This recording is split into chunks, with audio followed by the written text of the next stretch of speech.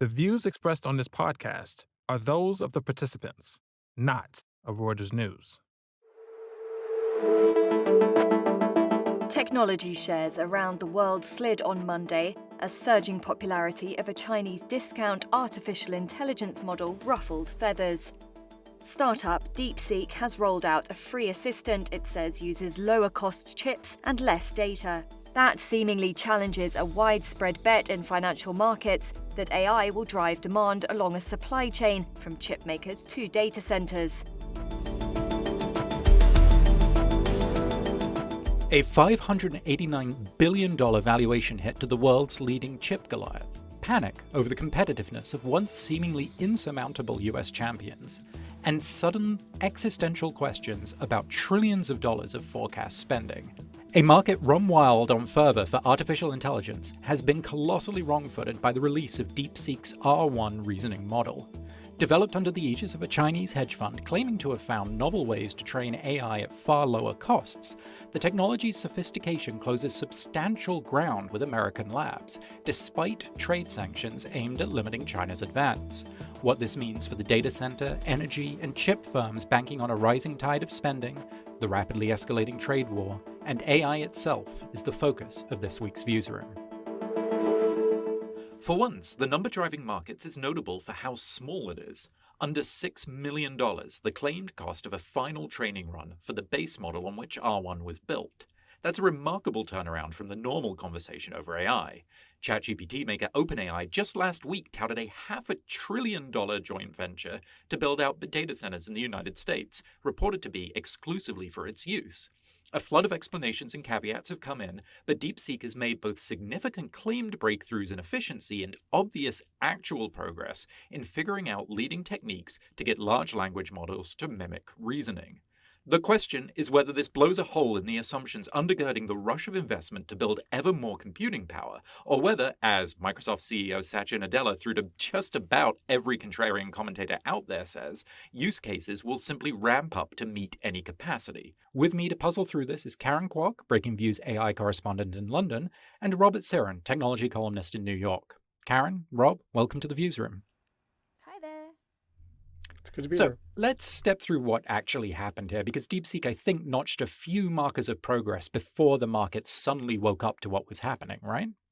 The whole story is quite has been quite a while. But basically, this hedge fund, as you say earlier, this hedge fund released DeepSeek, this release of different models back in December, and then it's only until like the last 2 weeks that there's some rumblings that on Twitter, on the Twitter X accounts, amount users that actually the models are performing as good as like OpenAI's reasoning models and also Llama in different tasks.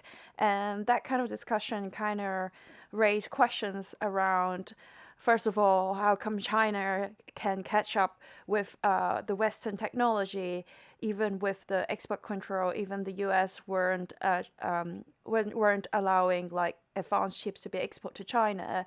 And second of all, like what does that mean for Nvidia's and all the other big techs which spend quite a lot of money into building data center and into developing the next more advanced large language models, right? And yeah.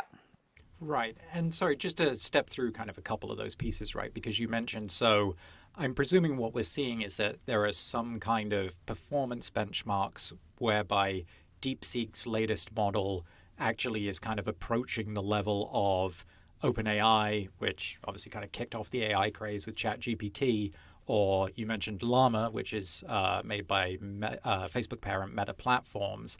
Like, so we're seeing something closer to parity there in the performance between all these technologies? Yeah, the company said they're similar. And if you use them, it's clear that a lot of progress has been made. I've been kind of skeptical when I've used OpenAI and other AI platforms in the past. It's kind of like, well, it sounds like something, a 10-year-old might write or something like that, which is it's interesting, but it's not very useful. This is the first time you'd ask it queries and the answers came back really clearly, and if you and quickly, And if you walk through the reasoning, it sounds a lot more human-like almost. You can see the reasoning and how it gets to its answers, and that's particularly impressive because what does that mean? It means that they've kind of latched on to a way to to keep it going. And if you step back, the story with AI for the past few years has been basically brute force. If you make a larger system, you put more data in it, use more electricity, the results tend to be better. And that was underlying the entire boom because everyone thought, okay, well, this works. If we just keep on throwing more data, throwing more money, throwing more chips, throwing more energy at this, we'll make progress. And that was the story with like OpenAI. Like, hey, we're spending a ton of money, but it's working, and we can keep on doing this. Now what's happened is suddenly it's like, wait, hold on, maybe you don't need to spend that much money. And the results that you're getting out of this are incredibly impressive. And partly, there are multiple reasons for this. We can walk through this later. But there are multiple reasons, and that implies, A, they were done cheaply, and B, there's a lot more possible competition out there. It's not just going to be one company that has to spend, that can afford to build it, can actually reap all the benefits. It's more like, well, maybe a lot of companies will be able to benefit this and be able to build it, and the price will be a lot cheaper than everyone expected. Got it. So it sort of distributes, let's say, pain and promise to a different set of companies than we assumed, right? I think is the upshot here. Because I know, Karen, you wrote a great piece kind of looking through the big picture implications here. And was that kind of where you came out? Like, what I should ask is, what is the gigantic hit to Nvidia that you mentioned telling us about what people think about where the value in AI is going to go? So basically, one of the like DeepSeek model that shocks people is that they were able to build a model that's as good as OpenAI using cheaper, less advanced Nvidia chips and also less amount of it, and then that kind of give people, as Rob was saying earlier, like it gives people like another options that actually you don't need that many Nvidia chips as a result, and that's why the market was selling off like Nvidia shares was down because it seems like their edge has gone off when the lots really popular, highly in demand chips might not be as highly in demand as people expected, right? But then there's also another thing is that when it comes to that DeepSeek model, if you giving it a closer look, they actually were training on the piggybacking a lot of the open source free research and model that's available online from the Western world. So it's not actually as cheap as people think, and it hasn't taken into account the research and data costs. And second of all is that when you think about like that DeepSeek model, a lot of them, the training cost was very cheap. But when it comes to inferencing, which is when you were asking them a question and when it's trying to process the answer, that cost hasn't taken into account. So basically, it's actually a shift from for the model from paying a lot of money to train a model to paying a lot of money to process the answer. So that's actually just a shift to training, to build it from building to using it. And so actually that present the possibility that yes, we can use it like more cheaply, widely used, and then more player can use that to build more different AI models, which is benefiting to create encourage more like creation for sure. But then at the same time, there's a question around whether or not we really need more chips or less chips, and that question is unanswered, and that's why you see the stock market is not like actually moving in the same direction at the moment. Got it. Okay, so I shouldn't take from this that if I win a $6 million lottery ticket tomorrow, I can put some GPUs in my garage and immediately compete with OpenAI. Like you're saying, like it's more about this now moves potentially from kind of front-end spending to back-end spending. And I guess I kind of wonder what that begins to look like, right? Is there a way to parse out who we're seeing kind of lose and gain in the markets since everybody woke up to what was happening here, And like, do you think it makes sense? I don't know, Rob, obviously you cover the US tech giants quite closely. Like, does the initial reaction from investors track with your intuitions about what this means? Mostly. We can walk through several things. I mean, the first thing is that there will probably be less infrastructure spending because it'll be more efficient. And what that means is that the people building out the infrastructure will probably not see as much profit. So that means everything from Nvidia chips to the gear put in data centers to energy use from like gas peaker plants near or nuclear plants near data centers will have less demand. And you saw that clearly in the market. All these companies were hit incredibly hard. Like Oklo is a very speculative nuclear builder associated with Sam Altman. It lost like a quarter of its value yesterday. I mean, it probably should be worth even less than it is because people are overly optimistic. But that's the type of thing that makes sense. People are saying, okay, probably less infrastructure, therefore it'd be more efficient. Therefore, let's not value these companies as highly. Then you look at the big tech companies. What does this mean? It probably means that AI may be more of a tool rather than that everyone can use, or there'll be more competition at the very least, and it won't be just one or two big companies dominating the market. And what does that mean? It means that companies like Microsoft or OpenAI or like maybe Meta is a bit different, but those companies they'll have less potential profit out there. There's more uncertainty over the profit they'll reap, and therefore the valuation should come down. That happened a bit. And the third thing is that if you think of companies that actually use AI rather than develop it, someone like Apple, for example, it's more a complement. You get a phone, an Apple phone, and AI makes the phone more useful. And if Apple doesn't have to pay someone a tremendous amount to license their AI, that's also good for Apple.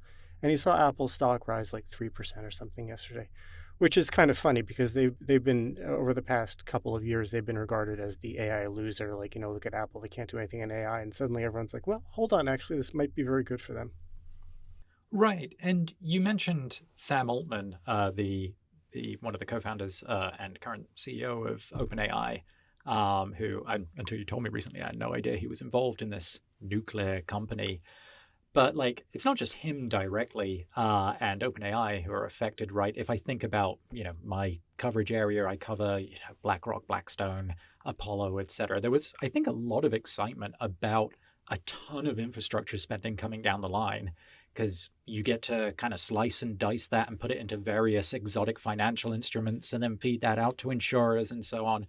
Obviously, none of them are going to be existentially hurt by this, but it was like a nice piece of growth that I think people were beginning to get a bit excited about. I mean, Karen, when you were looking at the Stargate project, which we mentioned up top, the $500 billion joint venture for data center building, like that was going to be a lot of capital and a lot of ways of raising capital that now are potentially maybe not happening, question mark? Like, would you be able to kind of walk us through that? Yeah, I do think that actually make that whole Stargate project a little bit meaningless now.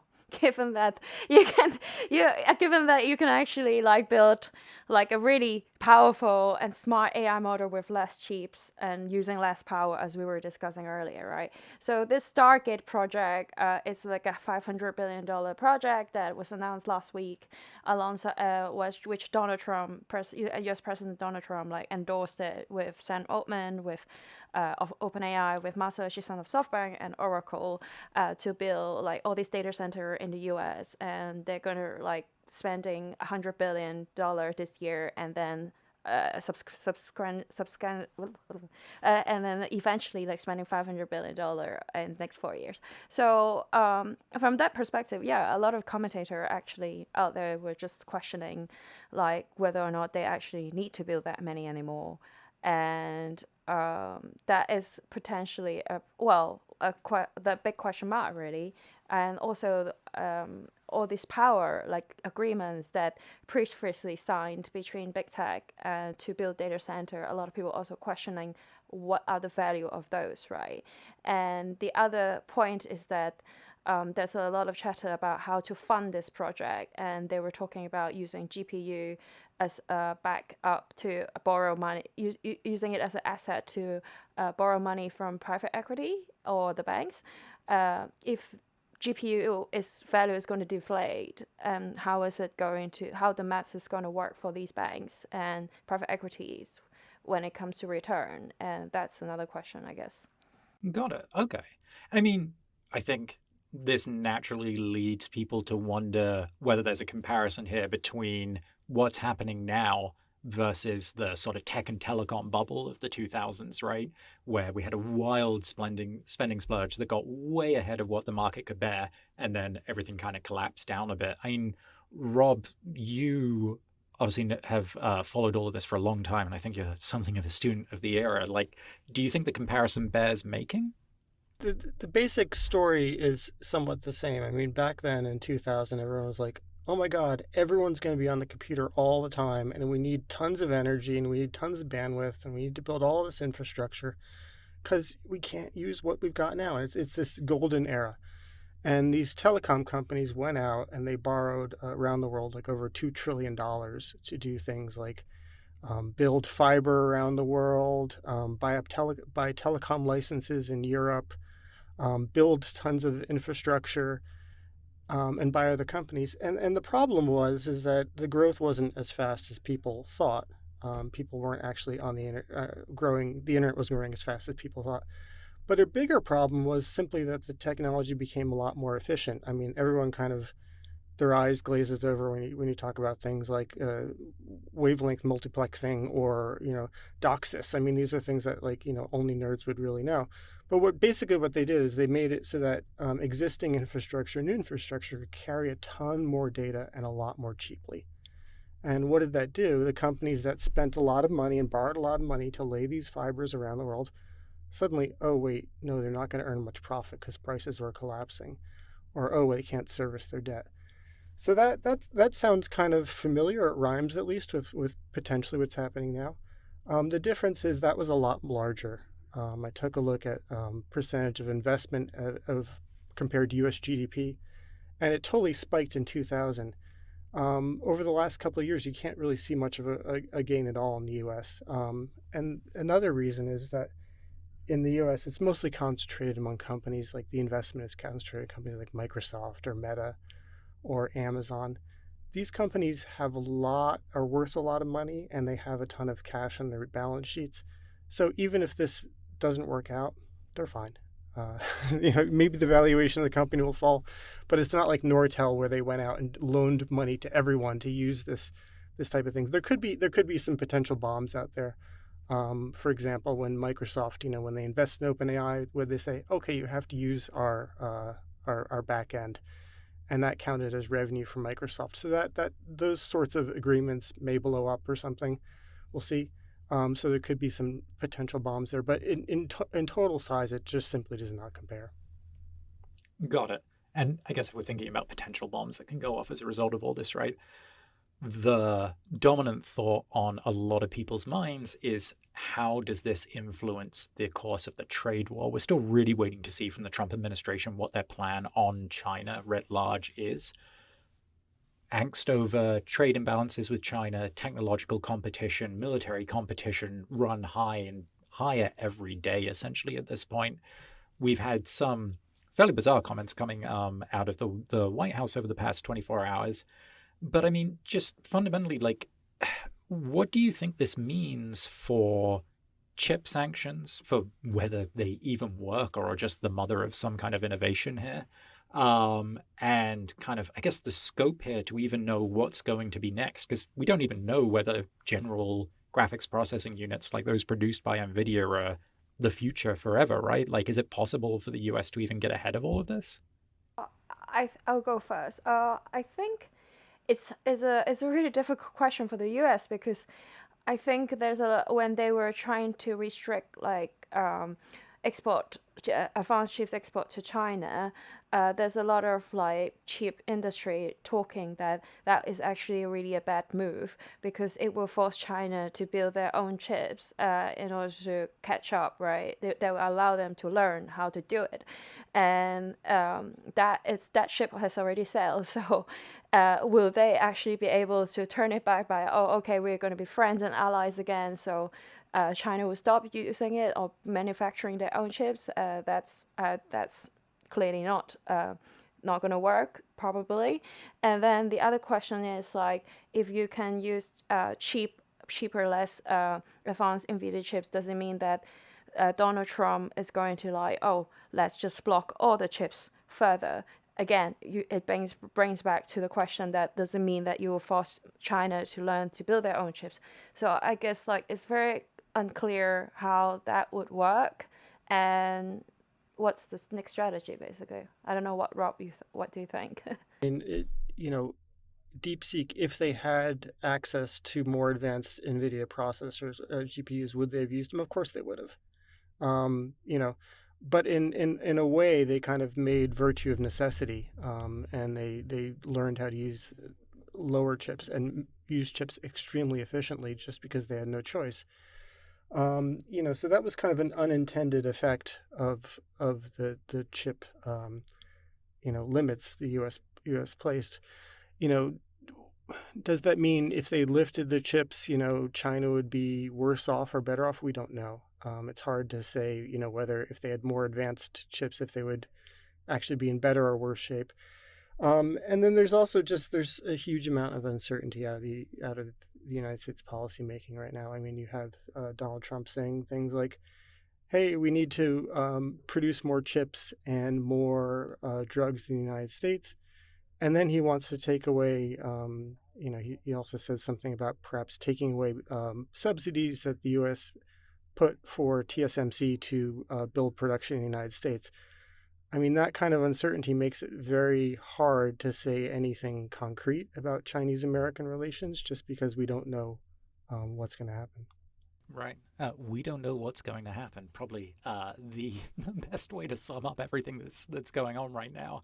I mean, this has been great. Obviously, Rob, like you, I've been toying around with R1 and I've been very impressed with what I see. Hopefully this does not just end up with us all getting turned into paperclips yet more efficiently.